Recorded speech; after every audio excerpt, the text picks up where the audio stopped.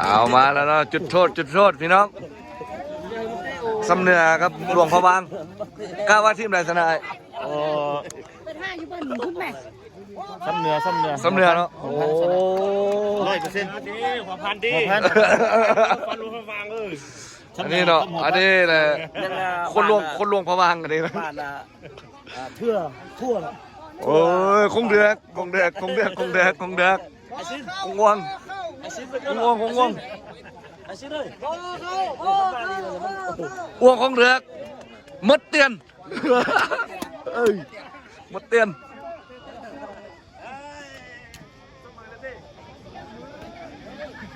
ยัง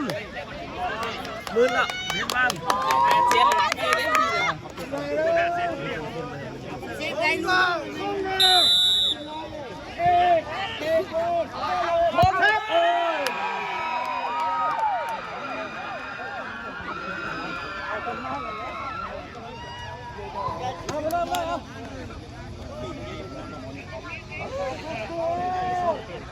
หลวงพระบางนำไปก่อน1 ประตู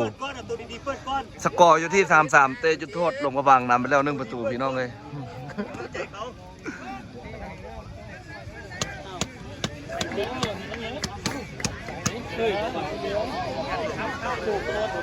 3 บาทลงเสียงนี่รถเข้ามา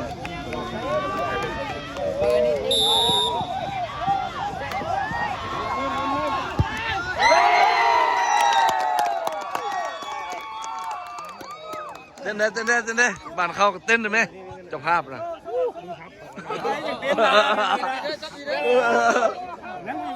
มัวดิคงเบาสิแม่คงเบา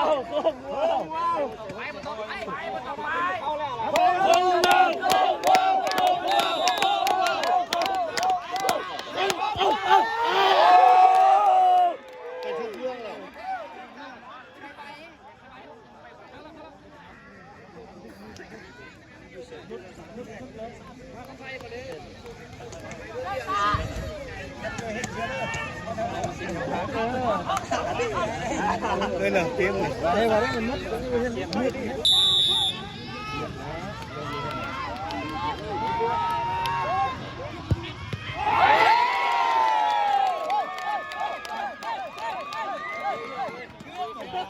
เกือบเ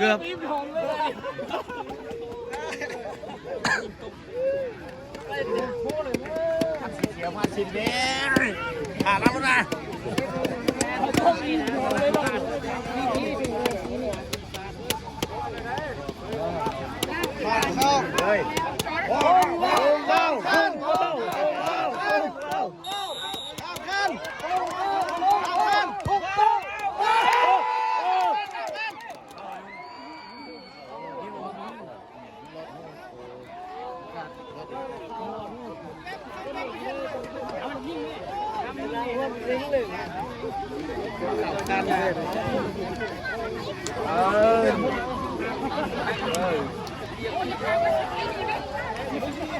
เอาเราดิบหน่อยเลย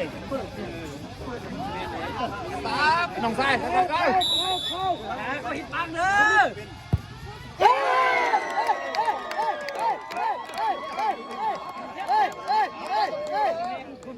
กักเดียงจัดการเองเราตรงนี้เนาะ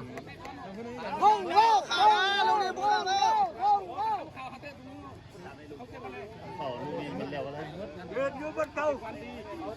ใช่ซื้ออยู่ซื้อมาเตะอยู่ซื้อเลยกันเลยเสียไปนะออกกระเชิญมาออกกระเชิญ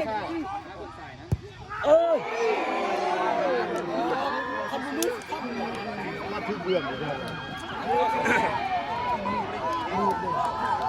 วันแรกกระเทือนอะไรเขามือเขาแรกมันบอดจ้องไปแรกนึงอยู่นะโอ้เสกจัดเลยเว้ยสู้เลย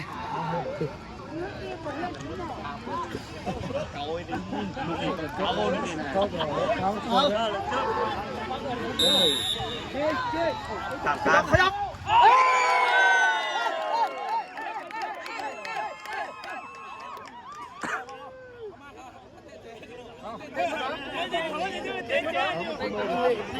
พ้นเลยเตะไล่คนเดียวไม่คิดว่าเสียมันเขาจะต้นในหูพ้นเอาพ้นที่ชนะกับเตะต้นจะได้ยินมีน้องเตะพ้นว่างเสียได้ไหมเสียได้ไหมเสียได้ไหมโค้งเบาโค้งเบาโค้งเบาโอ้ย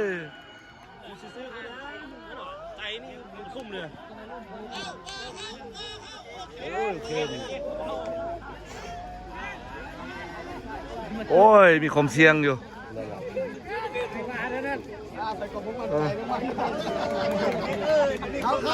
เราดีกว่ามันใจก็เลยใจมันนะนี่ค่อยเ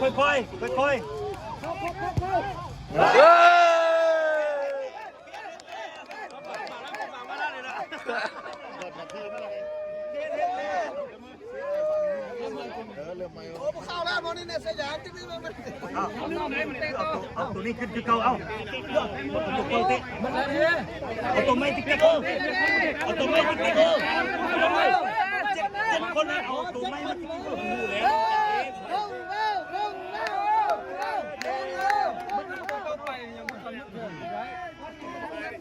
เตะแล้วยังเตะเอกเลยเตะจริงเลยเตะจริงอยู่แล้วเตะแล้วชิเตะเต็มเลยเตะต่างเรียนนะ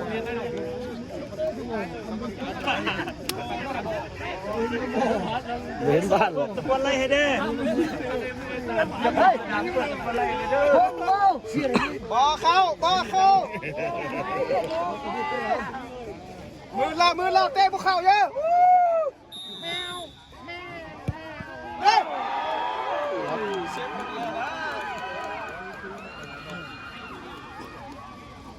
โอ้ยสิฮอด12 โมงกลางคืนได้เป็นอันนี้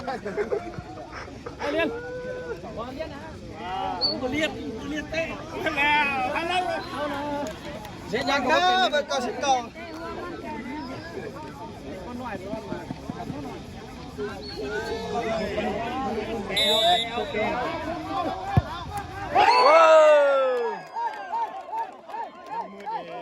มืดเลยนะ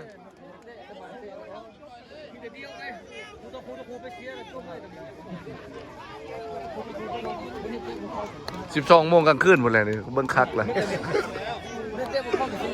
ให้สุดเราก็บางสุดมาฟันมันลูกไปเต้นน้ำกระเจ้าเลยว่ะบู้เลยมืดเลยดิมืดเลยเด้อมาเลยกูเลยดูจับมันได้ดูจับมันนี่น่าจะได้แล้วนะเนาะ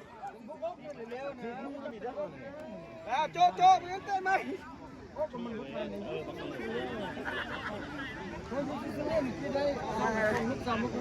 นี่เตะบุญซื้อกุญแจนะเขาเตะคือเขาเตะบัวก็ได้ลงมากี่คน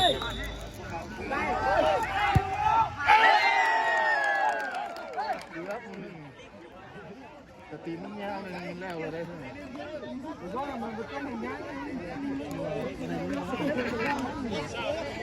เฮ็ดมืดแล้วบัดนี้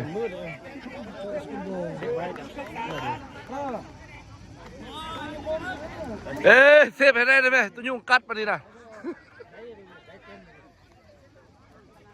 มือก็จะเฮ็ดบ่มือจะเศร้ามาเนาะเซฟไปตรงนี้แล้วหมดจิบเต้น7 คนอยู่ในเขาอยู่ชนะ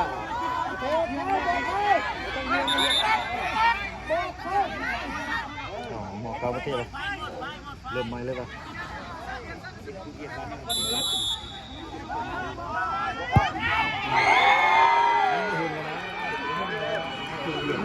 เตะขาข้างแล้วเลยนะเอาข้างกันเลยซื้อเขาลุงวันใช่เส้นเดียวบ้านฮะใช่ดูเลือดขนาดเลยเป็นลายเตะบ้านมีแสงเลยมาเป๊ะบล็อกตัวอยู่เขาเลยยิงตัวแสงอ้าวnó chờ ไอ้เกมนี่จะมาเข้าซะ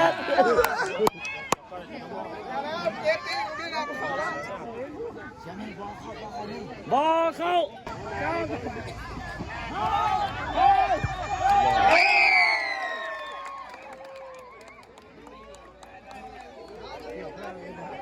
โอ้เสือตาแสงเลยนะนี่ เอ๊ะเดี๋ยวนี้นะมุดปิ๊กอยู่เลย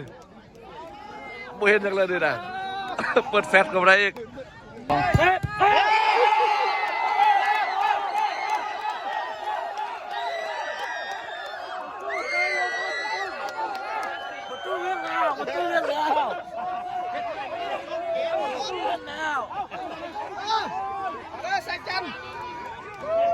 เปิดไฟตายเลย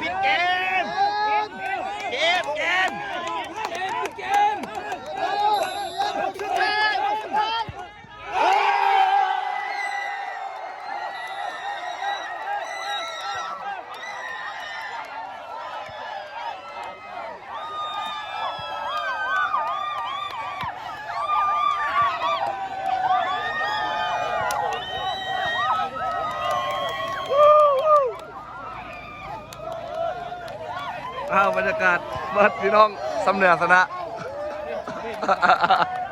เตะจนโบเห็นมากบาน